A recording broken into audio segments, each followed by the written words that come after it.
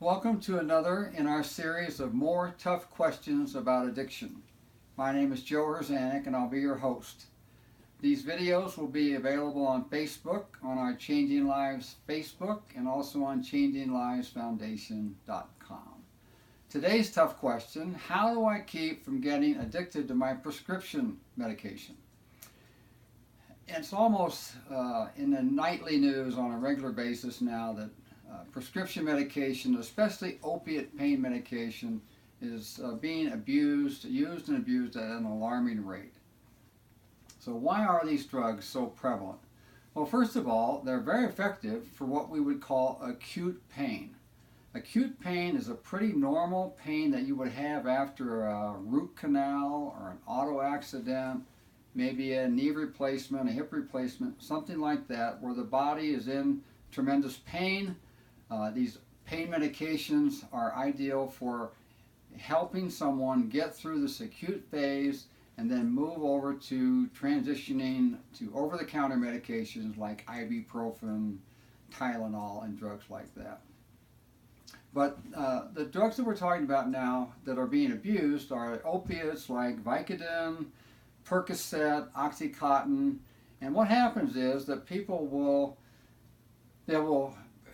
have great relief from their pain, but along with pain relief also comes this pleasant euphoric effect that a lot of people, myself included from many years ago, kind of fell in love with that euphoric effect. Everybody likes to feel comfortable, everybody likes their stress at a very low level, and these drugs will not only relieve acute pain but also psychological pain and stress, and they will make you what you might call comfortably numb. And a lot of people really fall in love with that effect. So how do I keep from becoming dependent on these particular drugs?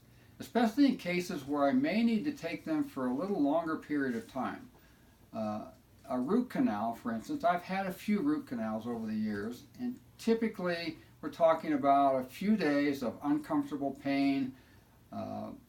Pain medication is ideal for that, but after 3 or 4 days or so, the goal then is to transition off of opiates and go with over-the-counter drugs.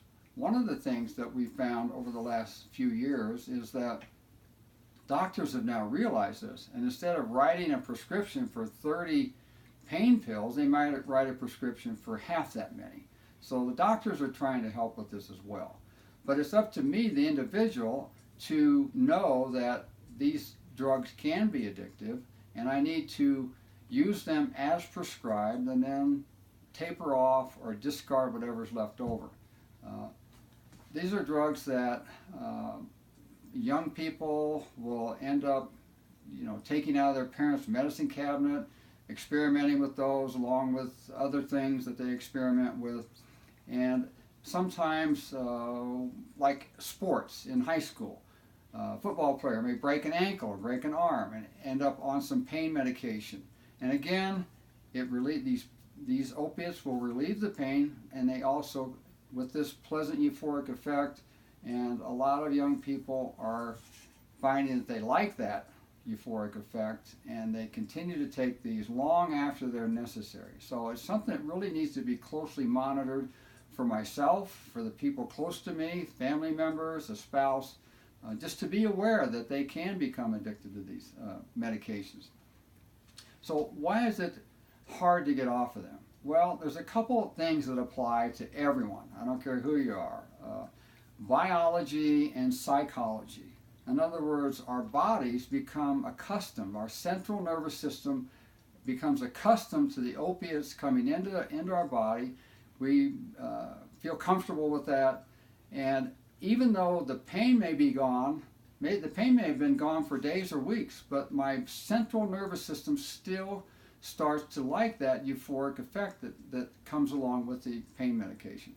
So I have a really good friend who's a doctor that lectures on this quite often, Dr. Kevin McCauley. And what he has said, and I found it to be true for myself and many others as well, is that anyone can quit any drug they want, but nobody can choose to not crave. In other words, there's this phase that everyone has to go through once the body's become dependent on the opiate, when you stop or taper off or end that cycle, the body's going to want to tend to revolt, you might say. So there's this little phase of uncomfortableness that everybody has to go through. So during this time, some people will tend to relapse. They'll restart their pain medication, or they'll borrow pain medication from a friend, or in some cases, unfortunately, they'll go and buy harder drugs on the street because pain medication can become really expensive. So just to be aware of this is the first step in ending this cycle. There are a lot of resources. There are churches that have groups, support groups. Almost everyone is familiar with 12-step support groups. There's resources out there for family members as well as for the person that might be struggling with their prescription medication. And to know that people quit these drugs all the time. Is it easy? No, it's not necessarily easy, but people quit them all the time. There's just a sort of a price you have to pay in order to get through the initial craving of substances. You can, on a smaller scale, you can even see this with people that have tried to quit smoking, for instance, tobacco. The body wants to revolt. There's a craving, there's a period there's a price you have to pay to become set free. And it's the same thing with the opiate drugs. So there's resources out there. This is just one in the many topics we plan to cover, more tough questions about addiction. We're going to stick with a short Reader's Digest version, you might say, of these questions. We go into more detail in my book, Why Don't They Just Quit? We also have a DVD, 10 Toughest Questions About Addiction. Those resources are available on our website. Next week, we will be tackling a topic, a tough question. Can the faith community, biblical Christianity, the Bible, and 12-step groups, can they work together in this process of recovery? I think they can. Some people struggle with that. I'm going to go into more detail about that next week. Thursday nights at 8 p.m. Mountain Time is our planned time for new questions. So thanks for tuning in. Feel free to share this information. This will all be archived. You can go back to it later. You can tell a friend about it. But thanks for watching, and that's going to be it for now.